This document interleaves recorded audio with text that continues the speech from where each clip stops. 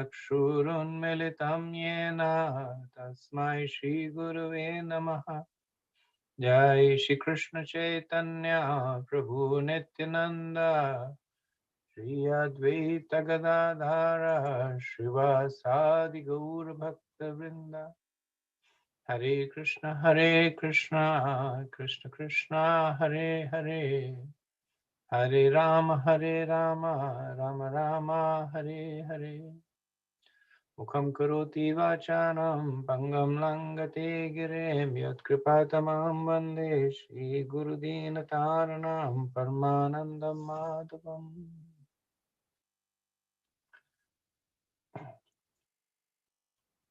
So we were doing the 20th chapter of the third canto, and we will resume from verse 36, 320, 36.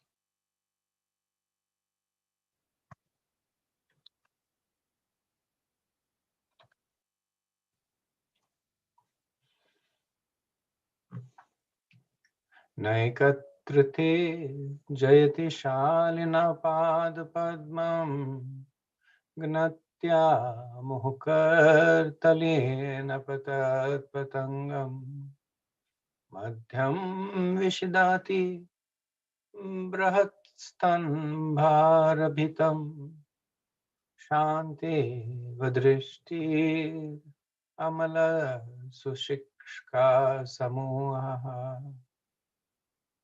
O beautiful woman, when you strike the bouncing ball against the ground with your hand again and again, your lotus feet do not stay in one place. Oppressed by the weight of your full-grown breasts, your waist becomes fatigued, and your clear vision grows dull, as it were. Pray, braid your comely hair. So these set of verses are describing the vision of the Asuras, that they were produced as a function of lust, and they are looking at the twilight, at the setting of the sun, and imagining it to be a woman.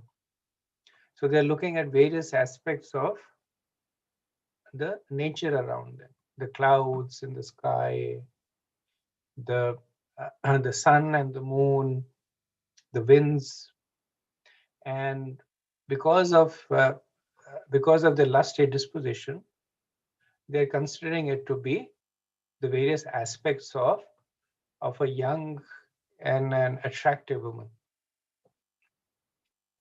So Prabhupada says that the demons, they are observing beautiful gestures in the woman's every step. Here they praise her full-grown breasts, her scattered hair, and her movements in stepping forward and backward while playing with the ball. In every step they enjoy her womanly beauty. And while they enjoy her beauty, their mind becomes agitated by sex desire. As moths at night surround a fire and are killed, so the demons become victims of movements of the ball-like breasts of a beautiful woman. The scattered hair of a beautiful woman also afflicts the heart of a lusty demon. So Prabhupada uses the analogy of a moth being attracted to a flame and being consumed by it. So the demons, driven by the lusty desire, they are irrevocably attracted to the object. And even the object is not real. It's a product of their own imagination. But they are still so strongly attracted that it could well be the cause of their destruction. So they end up by saying that pray braid your comely hair. And it is for this reason in Vedic tradition that because when women have open hair, men may consider it to be a sign of lust, or a sign of showing that the women are attracting them. So in Vedic tradition, women do not appear with open hair in public. And this is prominently displayed during the incident of the disrobing of Draupadi, where her hair was still uncombed. And because of that, she kept imploring again and again that I cannot go in front of men with my uncombed hair, because it is so much against the Vedic tradition. Next verse, 37. Iti sayantanim sandhaya. Sorry, different meter. Iti sayantanim sandhyama asura pramadayatim pralobayantim jagruhur matvamudha dhiye striyam. The asuras, clouded in their understanding, took the evening twilight to be a beautiful woman, showing herself in her alluring form as they seized her. So Prabhupada said the asuras are described as moodhya. Means that they're captivated by ignorance, just like the ass. So Prabhupada would often use the analogy of the ass to indicate the pathetic situation of one who is captivated by sex. So and the male axe runs after the female axe, and while he pursues her, he is repeatedly kicked in the face by the hind legs of the female ass. But the male ass considers this to be enchanting, and it increases his attraction for her. So that is moodadhiya. Very similar to the analogy of the moth and the flame, that being attracted by something that ultimately causes destruction for you.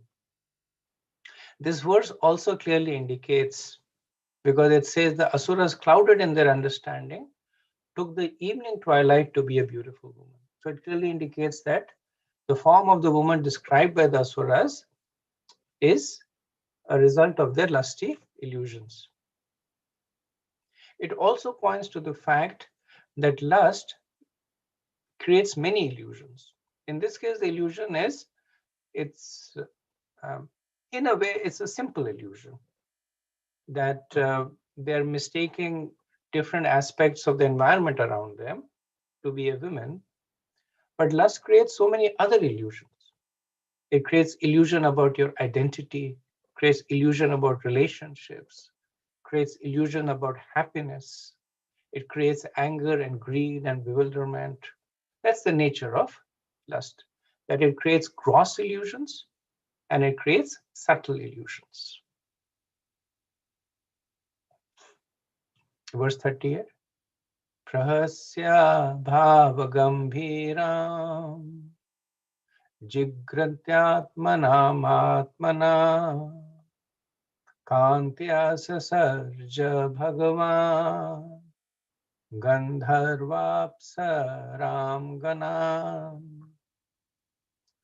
With a laugh full of deep significance, the worshipable Brahma then evolved by his own loveliness, which seemed to enjoy itself by itself, the host of Gandharvas and Apsaras. So why did Brahma laugh? Prahasya. Why did he laugh? And the laugh is described over here as bhava gambhiram, that it is a laugh of deep purpose. So Vishwanath Chakravarti explains that this prahasya bhava gambhiram is considered as a sign of relishing beauty. So because because of the custom of identifying beauty with the possessor of beauty. So Atmanam, Atmanakantiya, it is stated that his beauty relished itself by itself. So the beauty that relished was Brahma. And the beauty that was relished was that which was created in the image of his beauty. So essentially, the smile of Brahma is relishing the beauty of the Gandharvas and Apsaras who had evolved from his own beauty. So previously, Brahma had felt disgust at his own body when he had created the Asuras, the Rakshasas and the Yakshas. Now he feels attraction. He feels happy and pleased by that which has been created. Also, one can imagine that the smile of Brahma is at the foolishness of the demons. So they had created a fearful situation for Brahma when they had attacked him with the desire of having sex with him. And now they became quickly distracted by the imagined beauty of the twilight, and they lost all interest in Brahma. So Brahma was also laughing at the demons and laughing at the nature of lust. That the object of lust is very fickle. That it was for a few moments before that it was Brahma, and then they lost interest in Brahma and they started focusing on an imagined form of a woman. And then one can imagine they would lose interest there and focus on something else. So Brahma was also laughing at that. Prabhupada in the purport, he speaks a little bit about the Gandharvas and the Apsaras. And he says the Gandharvas are the musicians and the Apsaras are the dancing girls. He says music and dancing is employed in sense gratification are to be accepted as demoniac. But the same music and dancing, when employed in glorifying the Supreme Lord as kirtan, are transcendental. And they bring about a life completely fit for spiritual enjoyment. Okay, next verse. Next verse is 39. Vishasraja tanum tamivai jyotshanam kantimatim priyam Eva cha dudha pritya vishvasu purogamaha. After that, Brahma gave up that shining and beloved form of moonlight. Vishvasu and other Gandharvas gladly took possession of it. So Vishvasu is the king of the Gandharvas. There is also a Vishvasu Gandharva Stotra, and that is recited by, in traditional societies, that is recited by young men and women when they're desiring to get married. Okay, verse 40. Srishtva bhuta pishachamas bhagwanat matandrina digvasaso muktakeshan vikshya cha miliyadrisho. The glorious Brahma next evolved from his sloth, the ghosts and fiends. But he closed his eyes when he saw them stand naked, with their hair scattered. So we see the same cadence of good and bad. That the Asuras came, then the Gandharvas and Apsaras came, and now the Bhoot and Pishach have come.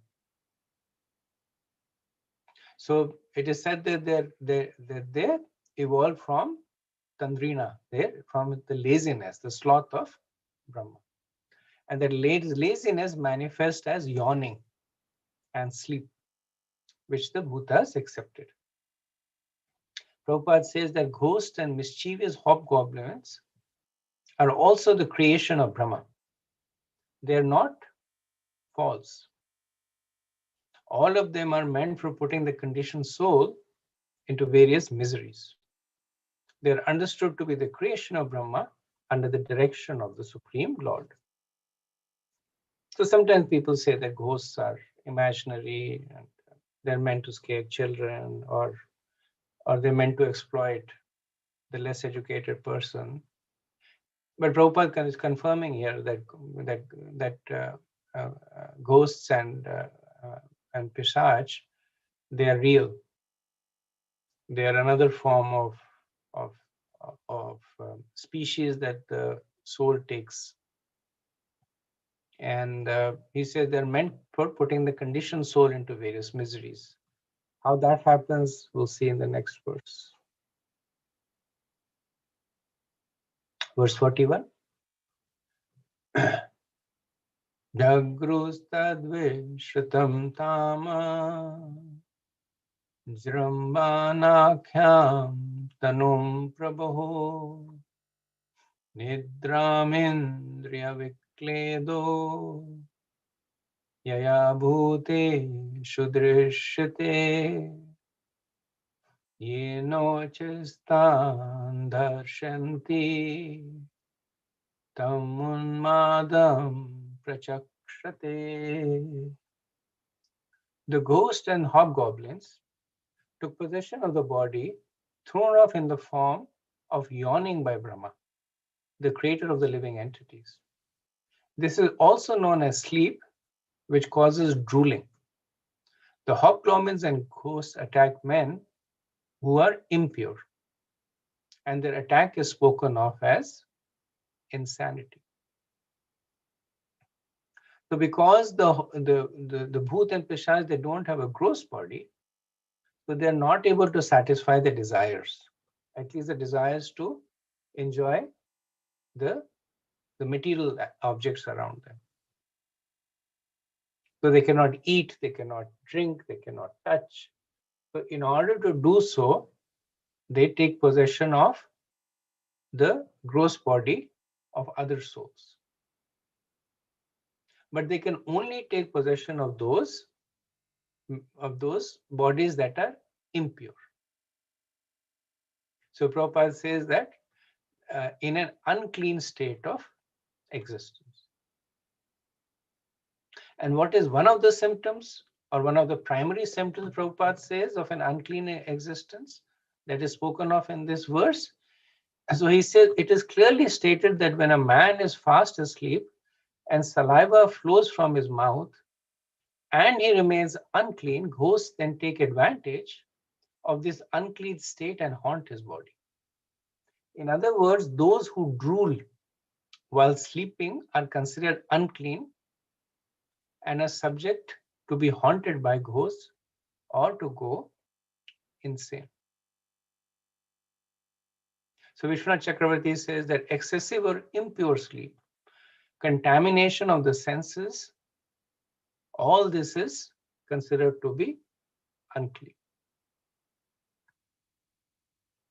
So when the ghosts see somebody in this unclean state, they're able to enter that person's gross body, and they create symptoms of insanity because of the conflict between the soul that is residing in the body and the soul that is forcibly taking possession of that body.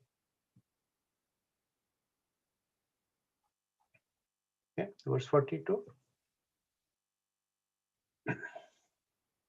ऊर्जस्वन्तं मन्यमाना आत्मनां भगवानजः साध्यान् गानन् पितृगणान् परोषिणासृजत् प्रभुः.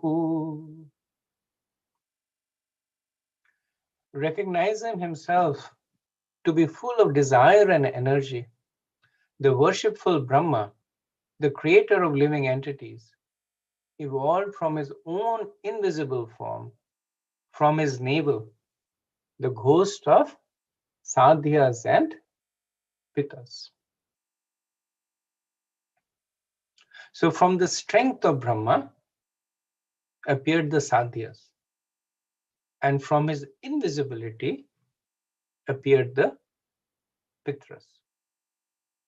So Srila Prabhupada says that the sadhyas and pitas are invisible form of departed soul, and they're also created by Brahma. In the 6th canto, 3rd chapter, verses 14 and 15, it is mentioned that the sadhyas are demigods in the mode of goodness. So it appears that the ancestors who are more purified become sadhyas, and who are less purified become the pitras. Next verse, 43. Ta atma sargam tam kayam pitra pratipedire sadhebhyascha pitrabhyascha kavyo yadvitanvate.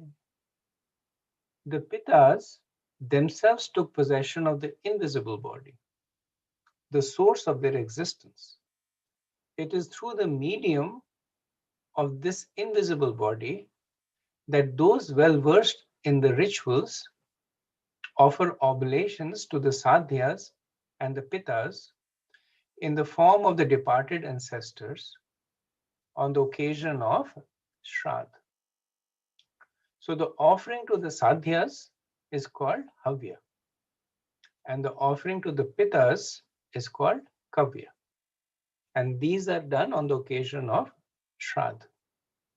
So Srila Prabhupada speaks a little bit about this in the purport. The Shraddha is a ritualistic performance observed by the followers of the Vedas. This is a yearly occasion of 15 days when ritualistic religionists follow the principles of offering oblations to departed souls. Thus, those fathers and ancestors who, by freaks of nature, might not have a gross body for material enjoyment, can again gain such bodies due to the offering of Shraddha oblations. So Prabhupada says by freak of nature, indicating that this is not a general occurrence. Generally, by the law of incarnation, the soul leaves a body and enters another body. But because of some reasons, there are different reasons that are given. Prabhupada does not expand on it. So he just says that because of some reason, they don't get a gross body. So they remain in a subtle body as if they're more advanced as sadhyas, if they're less advanced as pitas. Then he says the performance of Shraddha or offering oblations with prasad is still current in India, especially at Gaya, where oblations are offered at the lotus feet of Vishnu in a celebrated temple. Because the Lord is thus pleased with the devotional service of the descendants, by his grace, he liberates the condemned souls of the forefathers who do not have gross bodies. And he favors them to again receive a gross body for development of spiritual advancement. So this is the science behind Shraddha, that offered to Lord Vishnu, and then the prasad is offered to the ancestors, and by honoring Krishna prasad, they give up their hellish existence, they get a gross body, And through that, they are now able to execute devotional service if they so desire to make spiritual advancement. Verse 44. Siddhan vidya dharam shaiva tirodhane naso sraja tebhyo dadatam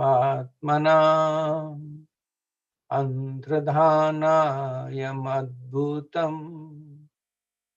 Then Lord Brahma, by his ability to be hidden from vision, created the Siddhas and the Vidyadharas and gave them the wonderful form of his known as Antradhan. So Prabhupada says Antradhan means that the living creatures can be perceived to be present, but they cannot be seen by vision.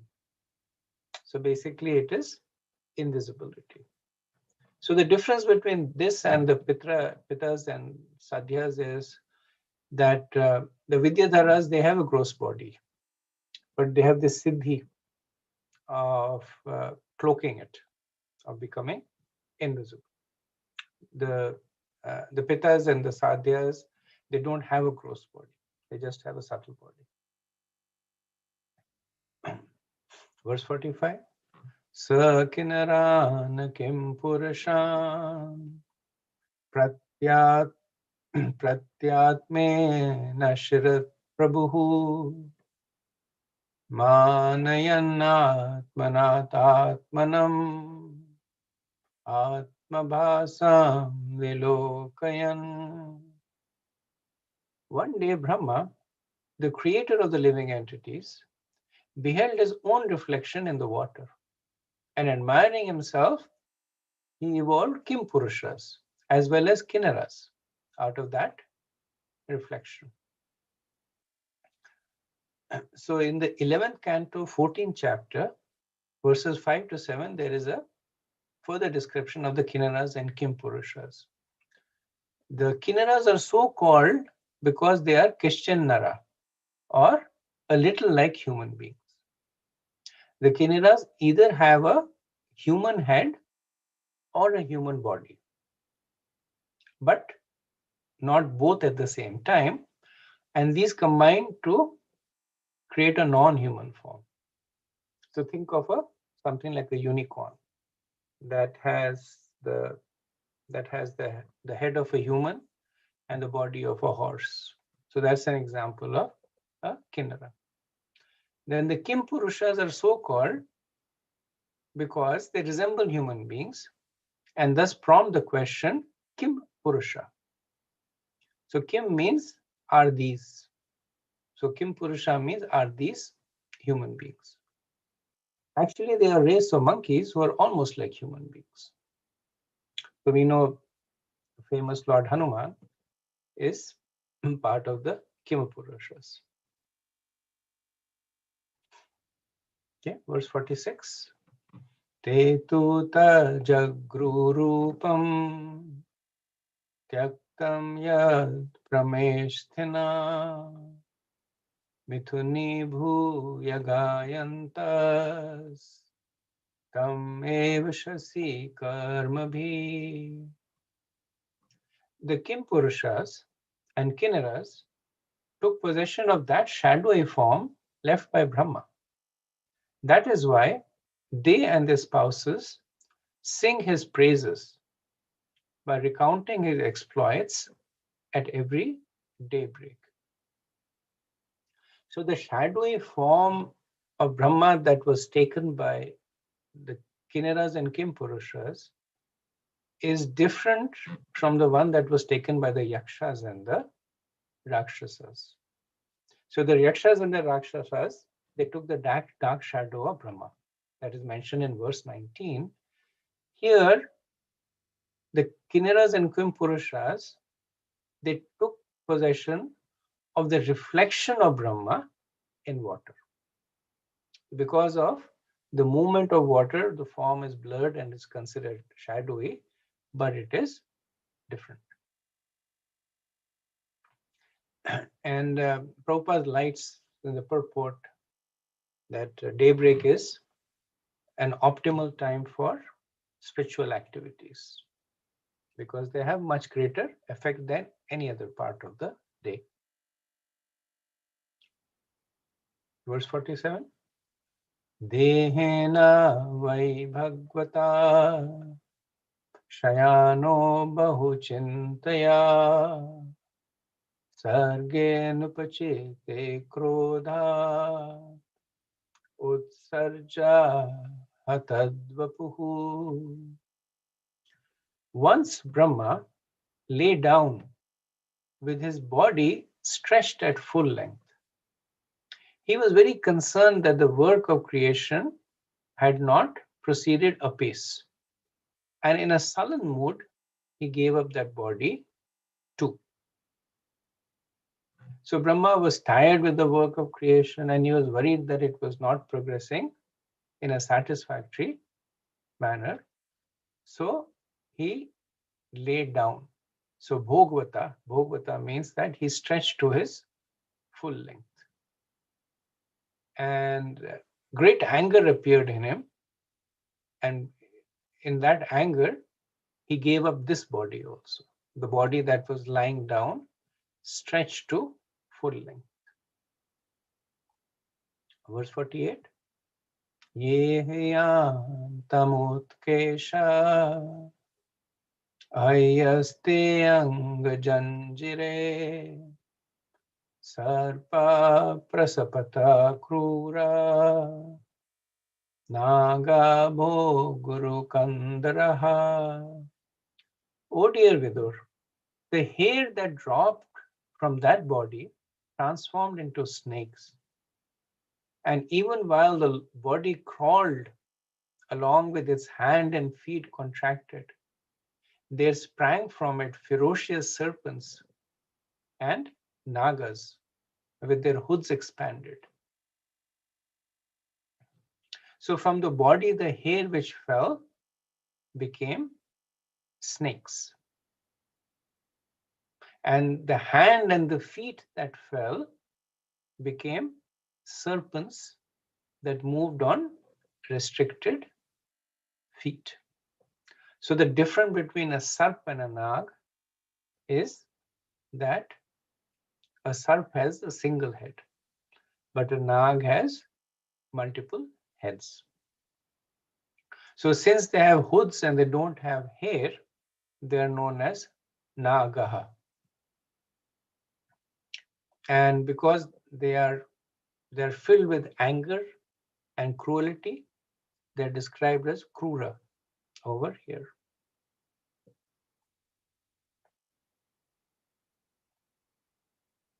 Okay. Verse 49. Sa atmanam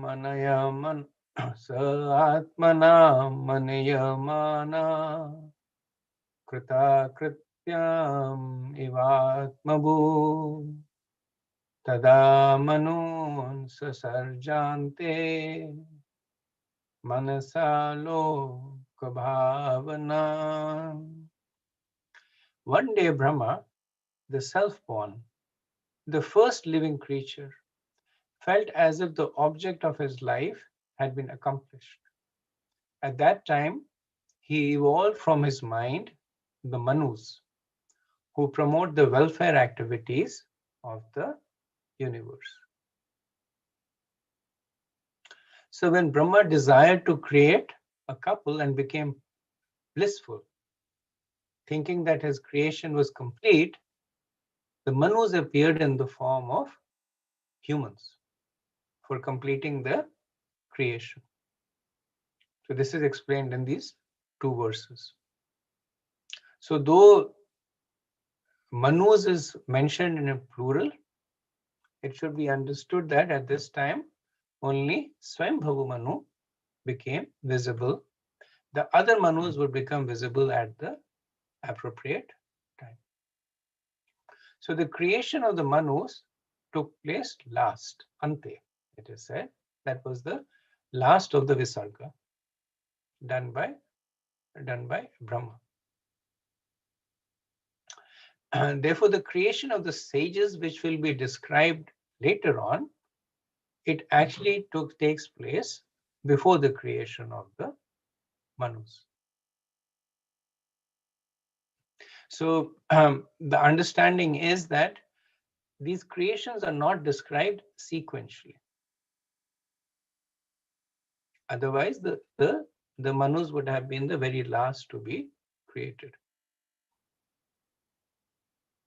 So Vishwanath Chakravarti explains that in the 10th canto, the 3rd canto, 10th chapter, in verses 18 to 29, and in the 3rd canto, 12th and 13th chapter, sometimes the events add up in the proper sequence, and sometimes some elements are omitted or put in a different order. So Vishwanath Chakravarti, he states that he does not give references as to how he got it, but because he states it, he's an acharya, so I can share that with you. So he says the proper sequence of creation is as follows. First to be created were the animals with 5 joints. Then came the trees and plants. Then the snakes. Then the cows and buffaloes. Then the yakshas, rakshasas, and asuras. Then the kinnaras and the kimpurushas. Then the 4 kumars were created. Then the humans were created, and the last to be created are the Manus.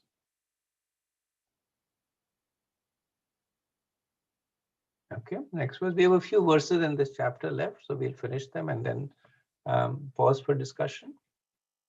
So verse 50. Tebhyah so srijat swiyam puram purusham atmava tandrishvaye pura srishta prashashamshu prajapatim. The self-possessed creator gave them his own human form. On seeing the Manus, those who had been created earlier, the demigods, the Gandharvas, and so on, applauded Brahma, the Lord of the universe. So Brahma gave the Manus that body, Puram, in the form of the human. So it is understood that Brahma's body is, other than the 4 heads, of course, the Brahma's body is in the human form, and that's the form that the Manus received.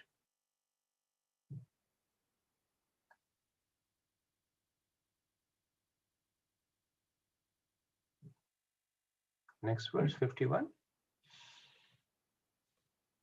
Aho eta jagat shrestha sukritam batate kritam pratishtah kriyayasmin sakam manam adamahe. They prayed, O Creator of the universe, we are glad. What you have produced is well done. Since the ritualistic acts have now been established soundly in this human form, we shall now all share the sacrificial oblations. So Prabhupada writes elaborately on this, that this verse clearly indicates that the purpose of the human form of life is Yajna Kriya. The annam, or the sacrificial oblations, is shared by the devas. So Krishna speaks about it in the 3rd chapter of the Bhagavad Gita, verse 10. And Srila Prabhupada, he summarizes it. And he says that Brahma created the Manus along with the ritualistic sacrificial method and blessed them. Continue the sacrificial rites and you will be gradually elevated to your proper position of self-realization and will also enjoy material happiness. So all these living entities created by Brahma, they have, because they're conditioned, they have this this inclination to lord it over the material nature. And this acts of sacrifice is to suppress that. So when you sacrifice something, you are accepting the proprietorship of somebody else. So you may have worked hard to earn something, but you give it away in sacrifice, means that it was not mine to begin with, and it is not mine to enjoy. So the cycle of yajna begins, initially to the demigods, and then one's realization becomes purified.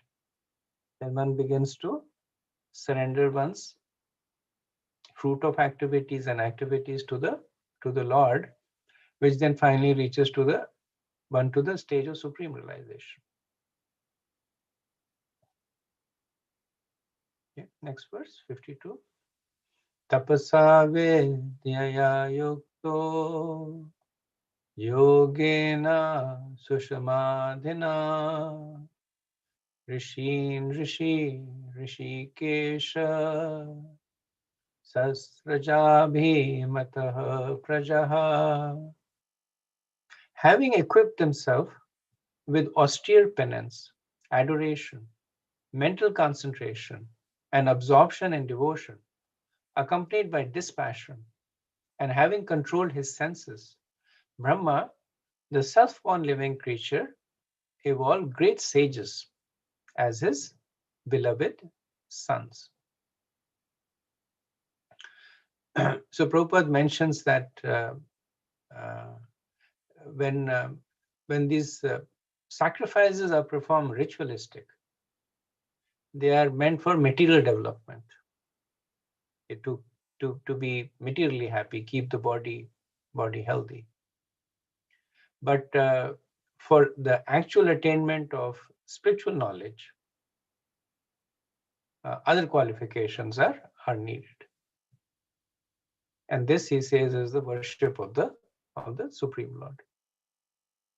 So here we see that Maitreya is talking about the appearance of the rishis after the creation of the Manus, but as he explained in verse 49, that the Manus were actually created later on.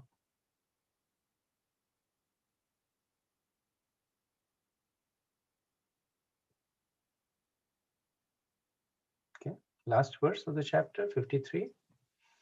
Tebhya chaikekashah swasya dehasyamsha nadadajah yattat samadhi yogardi tapo vidya viraktima. To each one of these sons, the unborn creator of the universe gave a part of his own body, which was characterized by deep meditation, mental concentration, supernatural power, austerity, adoration, and renunciation. So the verse describes the portions of the body that he gave to the different sages. So the portion of the body which had knowledge, austerity, worship, and attachment, he gave to the various sages, after which the Rudras appeared. And then after that, the Marichi and the other sons of Brahma, as described in the third canto, 12th chapter, from verses 21 to 24. And Prabhupada mentioned that these qualities that were given by Brahma, Samadhi, Yoga, Riddhi, Tapa, and Vidya, are actually meant to make spiritual advancements. They appear to be material qualities, and to some extent they are, but they are given to the sages, and through the sages they're given to us in in smaller portions, but essentially for us to be able to make spiritual advance. Okay, so this ends the 20th chapter of the third canto. Let me pause here and see if you have any comments or discussion.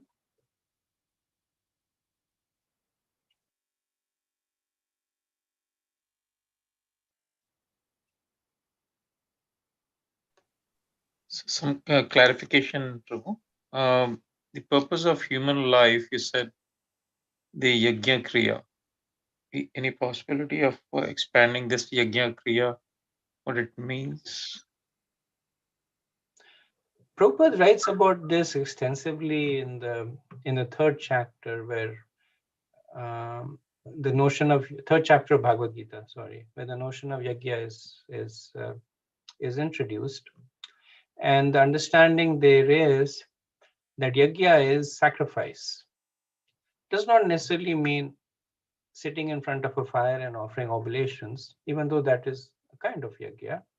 But essentially, yajna means giving up something that one may consider to belong to himself. So in the initial stages of purification, one does yajna in the karma kand way. So things like dravya yajna, giving in charity, gyan yajna, teaching somebody, or protecting somebody, or welfare activities for somebody. So these are all karma kand yajnas, and ultimately these oblations, the fourth chapter Bhagavad Gita, it's explained all these oblations are accepted by the devas, and the devas reciprocate by bestowing purification. And then in this age of Kali, we are not able to perform these yajnas because they need to be accompanied with somebody guiding, with the knowledge of the yajna, when is it appropriate to perform. Like charity is used as a common example. We don't know which charity is appropriate, which is inappropriate, when to give, to whom to give, with what mentality to give. And even if we knew it, those yajnas, Prabhupada says, the benefits are material, so they go away.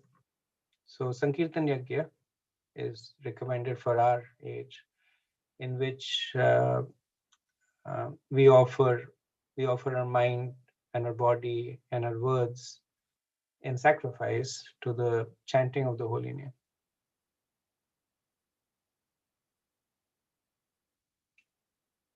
Thank you, Prabhu. Just an extension here then. Somewhere I heard that, I think from Guru Maharaj or for some other lecture. So how do you correlate the tapasya and yajna kriya then? What we do, the sadhana, is related to like a tapasya, right? A sadhaka, what he does. Right. So tap is also one form of yajna. So tap means you perform austerities. So austerity means you're sacrificing your bodily comfort for fasting, or voluntarily undertaking some activities troublesome to your body. So it's a form of one of the forms of yajna. Again, in the fourth chapter, it's explained that those who are in the what's the ashram? In the Vanaprastha ashram. For them, this is the yajna that is recommended, tapa, performing austerities. Thank you. One other clarification, Prabhu, like we spoke about Shraddha.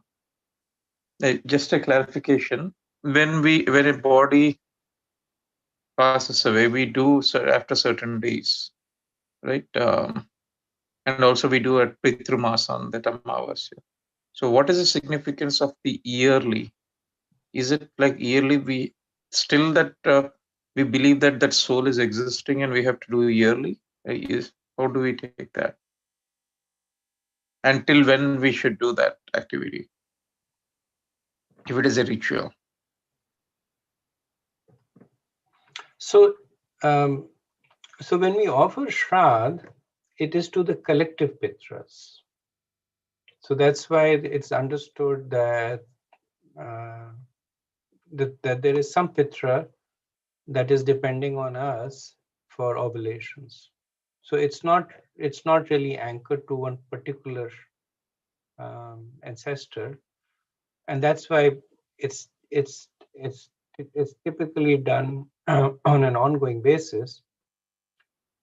And the general understanding is that it is only done by the son after the father stops doing it. So the son will not do it until the father is there. Only when the father passes away, then the son starts doing it. Mahabharata actually starts kind of with Shraddha. That it talks about the sage, I forget his name, but he did not take the grahastha life. And then one day he comes and he in a forest, he sees there is a hole, and he sees so many creatures are hung upside down and they're gradually falling deeper and deeper. And then he becomes alarmed and he says, "What is this?"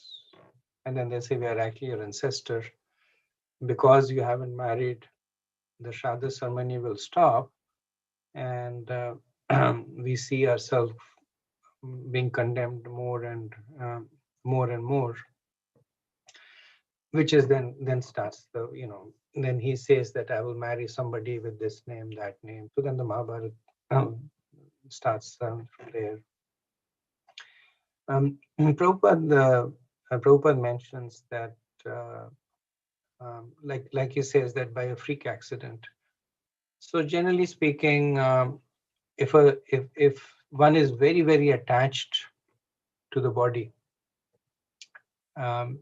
because the soul has a fair amount of free will, it can basically decline to accept another body.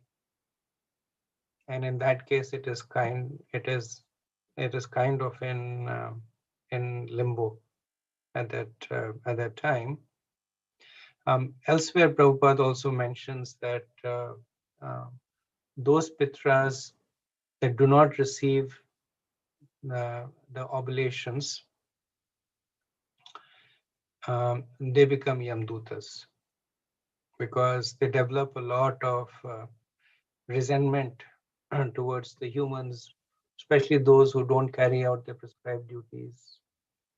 And they become anxious to punish them also. So Lord Yamraj compassionately, he gives them this duty of being Yamdutas, and that's what they do. They basically punish those who have not executed the prescribed duty.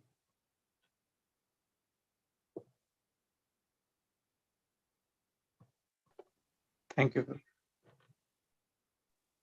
Hare Krishna Prabhu, coming back on this Shraddha, but I understood that those who take up to Krishna consciousness, that is practicing and chanting and all that, I think it's not applicable to those devotees. Is that correct? Yes, Prabhupada made this point that for devotees who are chanting, their ancestors are automatically liberated, and there are different annotations to that: 7 generations, 14 generations, 21 generations, whatever it is. But keeping the details aside, that fact is made that in a family where a devotee appears, then not only the ancestors but even the descendants benefit from it. Yes, Prabhu. Then other question is about the Manus. We know that in the day of Brahma there are 14 Manus. And that means the Manus, they don't, all of them don't appear at one, they appear in sequence? They do, because if you look at the lineage of the Manus, they are linked with each other through a succession. That from Swayambhavu Manu, somebody was born, and then that person's son was the next Manu. So they're basically linked to each other through. So this will be explained more when we look at the dynasties of the Manus. But essentially, the fourth canto and the fifth canto, they talk about the dynasties of the Manu. Third canto to some extent, because Vidur will ask about, can you talk about the dynasty of Manu? But he's more interested not in the dynasty of Swayambhavu Manu, but he's more interested in Lord Kapila, who appears as the grandson of Manu. So that's where the third canto ends. But then in the fourth canto, the further generations of Manu are explained. In the fifth canto, even subsequent generations of Manu. So the fourth and fifth are basically, Manvantaru Katha, the kathas of the Manus and the descendants. And they live very long now, 72 years, I think, each one. And they live quite long, 72 yuga cycle each one. Yes. So there are 14 Manus in Day of Brahma. And as you mentioned, each one of them live for 72 Chatur Yugas. Long life. Very long. Thank you, Prabhu. Okay. Any other thoughts? Prabhu, one more thought. This may be funny a bit. Are we descendant of the Manus or of the Asuras? Human race, Prabhupada says often, right, that we are descendants of Manu. That's how we got the name Manav. Okay. So we consider to be descendants of Manu. Okay, thank you. Okay, so this is the end of the 20th chapter. Quick recap. 20th chapter is conversation between Maitreya and Vidur. It started with the questions of Shaunak Rishi to Sutta Goswami, and questions and glorification of Sutta Goswami, glorification of Krishna Katha, and glorification of Vidur, that please tell us, what did Vidur ask? And then Sutta Goswami begins to relate the conversation between Vidur and Brahma. So Vidur again asks Brahma about creation. So this was his original question. And Vidur asked Maitreya about Brahma's creation. So this was his original question to Maitreya. And while Maitreya was describing creation, he also was describing Swayambhavu Manu. He was also describing in that he made a little detour.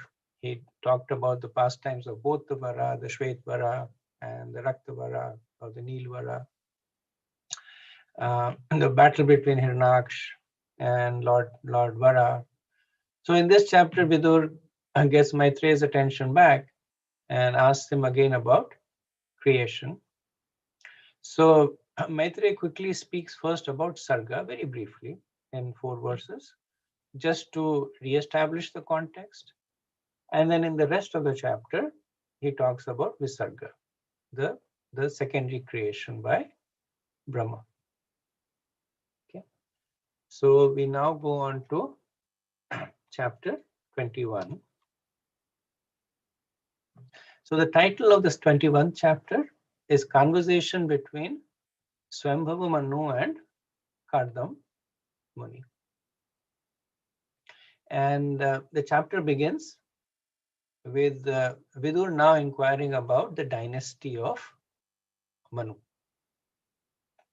And in describing the dynasty, Maitreya describes actually Kardama Muni. Kardama Muni is not a descendant of Manu.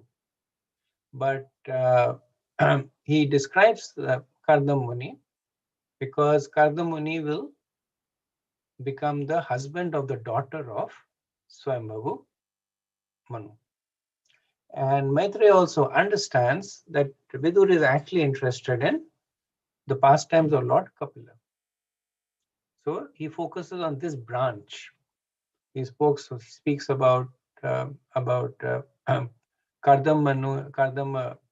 Muni, and then he speaks about the marriage of Swayambhavu Manu and the daughter of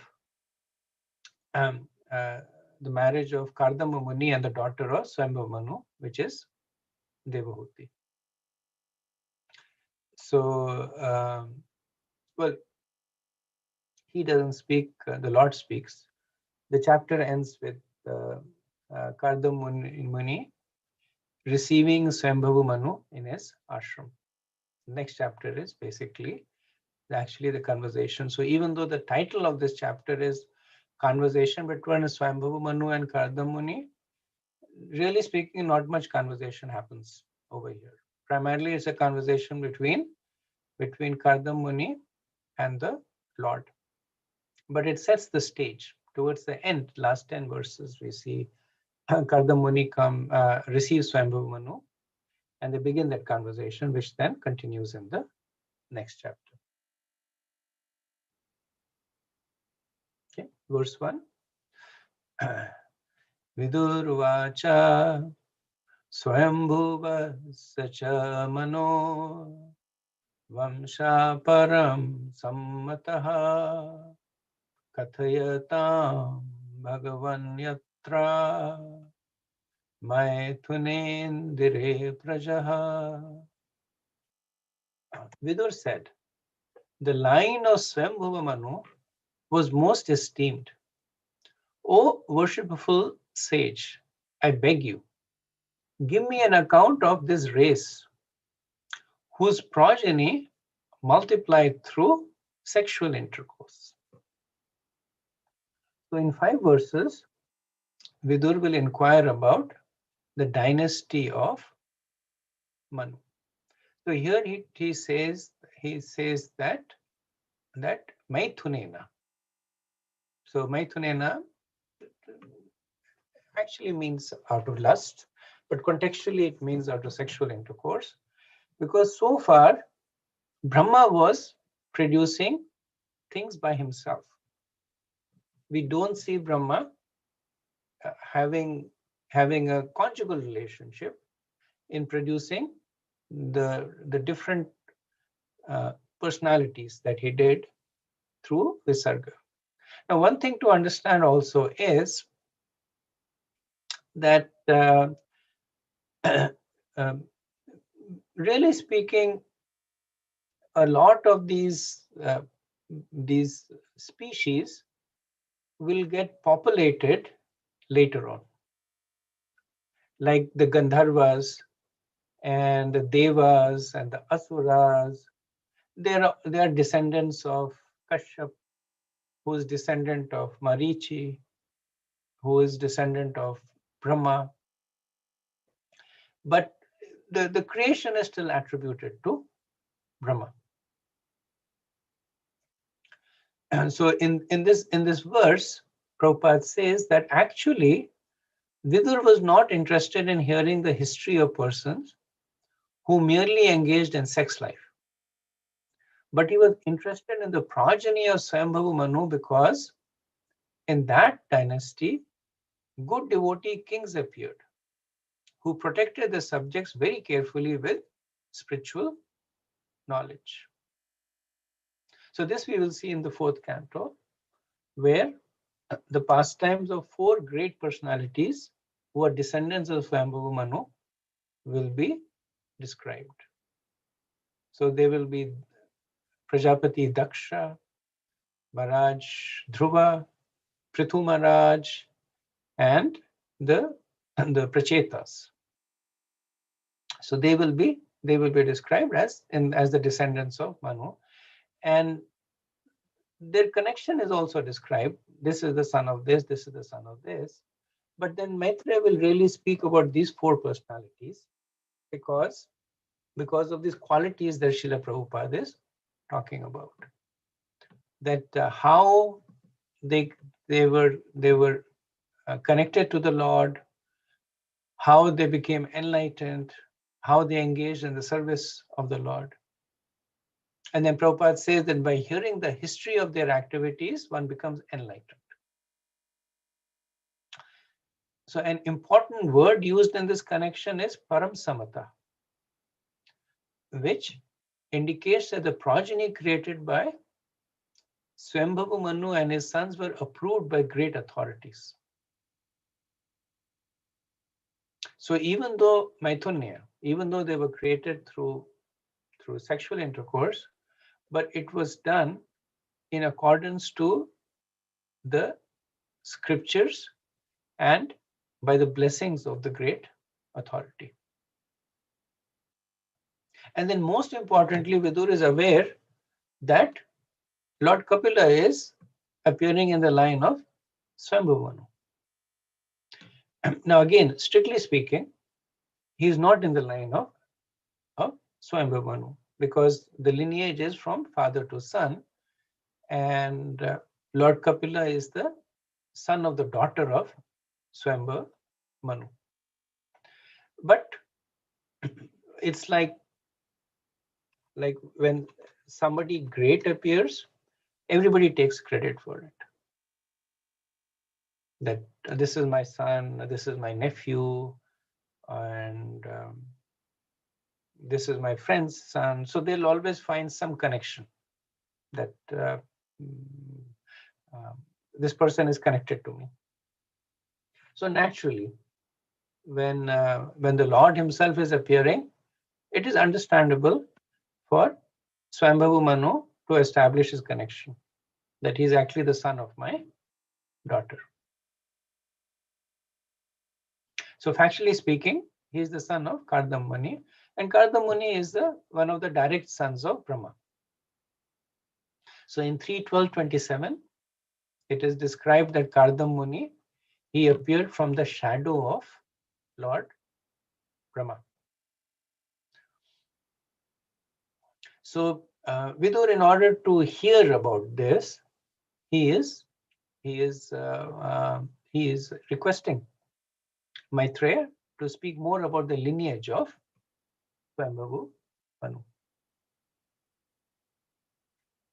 So Bhurijan Prabhu gives a brief preview. So he says that Swambhavu Manu had 5 children, 2 sons and 3 daughters. So 2 sons names were Priyavrata and Utanpad, and the 3 daughters are Devahuti, Prasuti, and Akuti.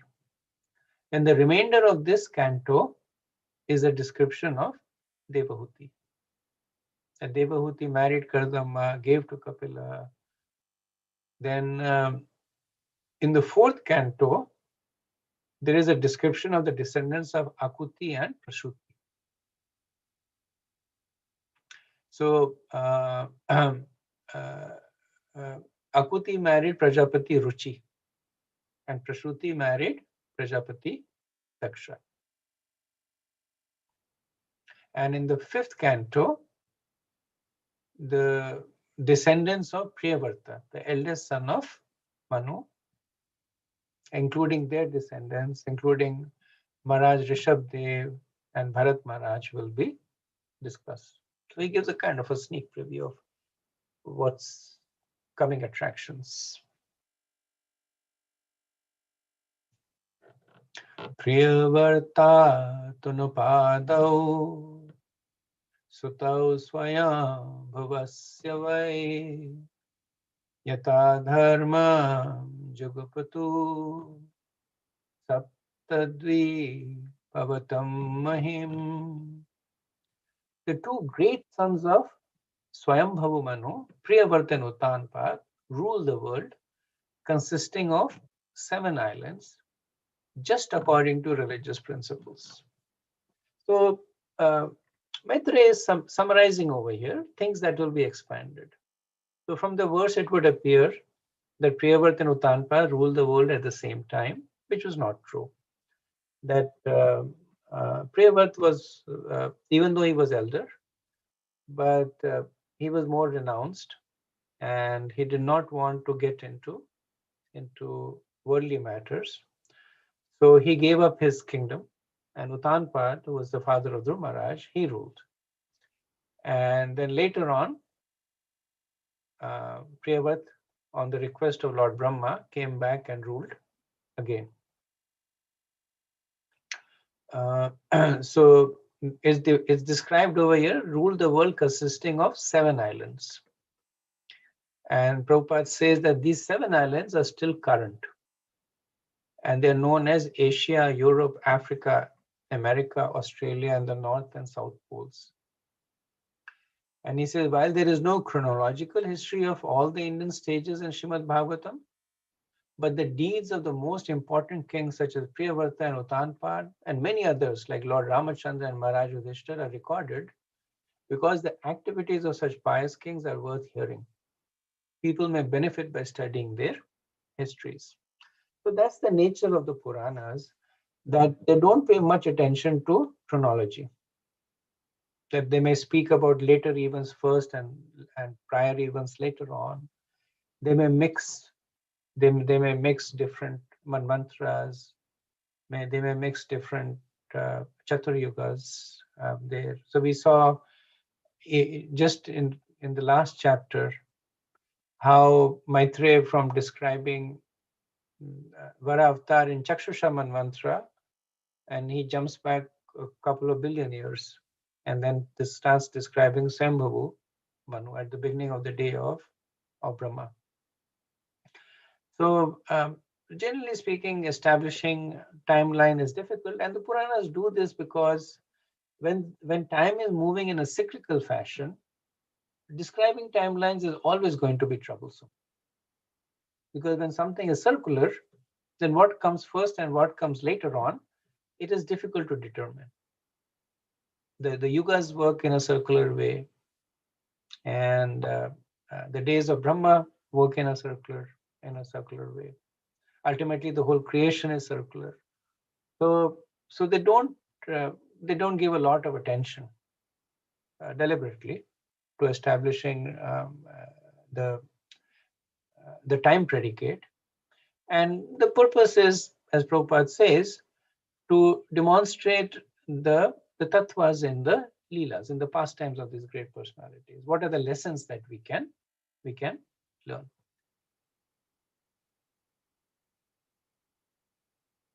Verse 3. Tasya vai duhita brahman devahutiti vishruta patni prajapaterukta kardamasya tvayangaha. O holy Brahman, O sinless one, you have spoken of his daughter, known by the name of Devahuti, as the wife of sage Kardamba, the lord of created beings. So Vidur is bringing Maitreya's attention to Devahuti. So we can see his intent over here. That at this point, he's not that much interested in the lineage of Utanpad or Priyavrata. Even though the Lord also appears as the son of Akuti. But at this point, he's bringing Maitreya's attention to Devahuti and Kardamba. And Prabhupada mentions over here that all this is in the era of Swambhavu Manu. He says, but in Bhagavad Gita, we hear about Vaivastha Manu. The present age belongs to Vaivastha Manu. Swambhavu Manu was previously ruling, and his history begins from the Vara age, or the millennium when the Lord appeared as the boar. There are 14 Manus in one day of the life of Brahma, and in the life of each Manu, there are particular incidents. The Vaivastha Manu of Bhagavad Gita is different from Swambhavu Manu.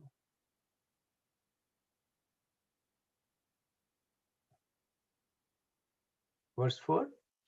Tasyam savai mahayogi yuktayan yogalakshanahi sasarja katidhaviryam tanme shushurushave vada. How many offsprings did that great yogi beget through the princess, who was endowed with eightfold perfection in the yoga principles? Oh, pray tell me this, for I am eager to hear it. So Vidur is describing his prior knowledge of this couple, Kardama Muni and Devahuti. So he describes Kardam as Mahayogi, the great mystic yogi. And he describes Devahuti as Yoga Lakshane, that she was endowed with the Ashtasiddhis. So from this we can understand that not only did men practice and perfect yoga, so did women. Devahuti also had the Ashtasiddhis of yoga. And Vidur is asking that when these two powerful personalities, the husband a Mahayogi, the wife a Yoga Lakshan, they united and produced children, then what was the nature of those children? So Prabhupada mentions that these great personalities, they only came together to beget children as a service to Brahma. Otherwise, they strictly followed celibacy. Prabhupada said there is no recommendation in the Vedic scriptures that one can go on enjoying material sense gratification at one's whims as one likes, and at the same time become a great meditator by paying a rascal some money. So he's alluding to this professional yogis that they take some money, and he's mostly referring to Rajneesh over here, that he commingled yoga and sex and became very rich out of it. Ultimately, he died a ignoble death, but for a while he was very rich and opulent and famous. He had great personalities, famous people coming to his ashram in Pune. And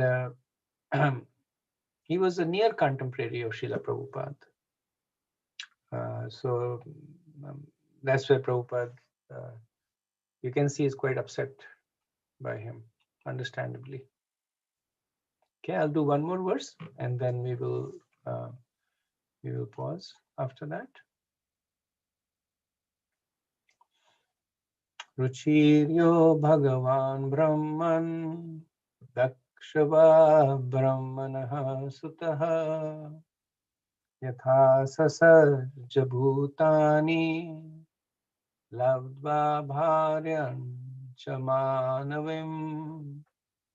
O holy sage, tell me how the worshipful Ruchi and Daksha, the sons of Brahma, generated children after securing as their wives the other two daughters of Swayambhavu Manu. So Maitreya had briefly, so this was in the 12th chapter of the 3rd canto, he had spoken about the marriage of Devahuti and Kardamuni, 3:12:57. And Prabhupada writes that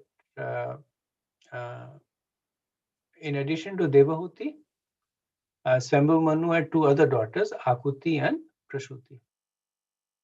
And Prajapati Ruchi married Akuti, and Prajapati Daksh married Prasuti. And these couples and the children produced produced more children. So in this way, they fulfill the desire of Brahma and the duty of Brahma to populate the universe.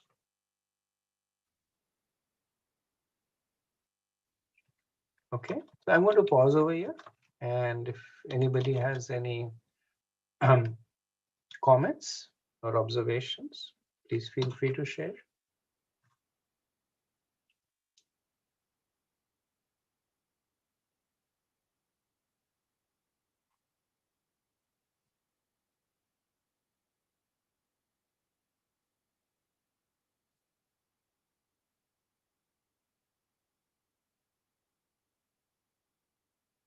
Okay, if not, then we'll end a few minutes early today.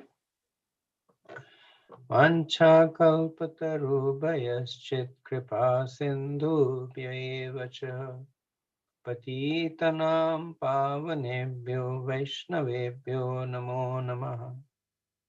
Anant Koti Vaishnav Vrind ki jai, Shila Prabhupada ki jai, Sai Gaur Premanand. Hare Krishna. Thank you very much. Hare Krishna.